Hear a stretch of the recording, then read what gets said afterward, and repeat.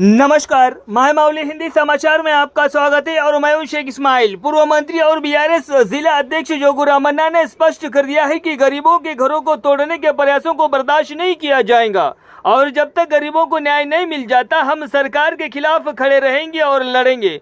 सोमवार को उन्होंने खानापुर तालाब के आसपास का दौरा किया, जो इटवाला अधिकारियों की एक टीम के सर्वेक्षण पर जाने के बाद गंभीर दहशत में है।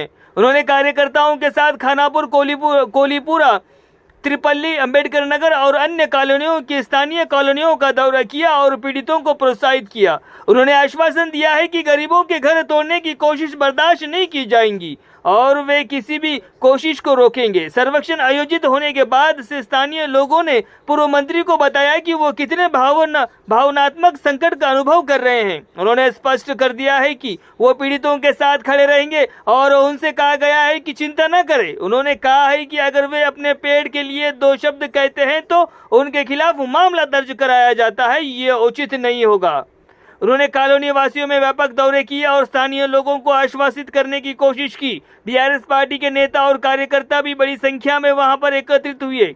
इस हद तक पूर्व मंत्री जोगू रामन्ना ने कहा, अगर गरीब दशकों से घरों में रह रहे हैं तो सरकार के लिए उनके साथ बिना दया का व्यवहार करना ये सही नहीं है। उन्होंने उन्हें याद दिलाया कि कांग्रेस सरकार के दौरान यहाँ इंदिरम्मा घर बनाए गए थे और उन्होंने चिंता व्यक्त करते हुए कहा है कि तालाब पर कब्जा करने का आरोप लगाते हुए सर्वे कराए जाने से गरीब लोग भयभीत हो रहे हैं तथा कुछ बुजुर्ग लोगों को काफी दुख झेलना पड़ रहा है। उन्होंने कहा है कि गरीबों के घरों के ढहने को नजरअंदाज करने की कोई बात नहीं है। उन्होंने सवाल किया है कि विकास पर ध्यान दिए बिना सरकार द्वारा गरीबों के घरों को निशाना बनाना कितना उचित है।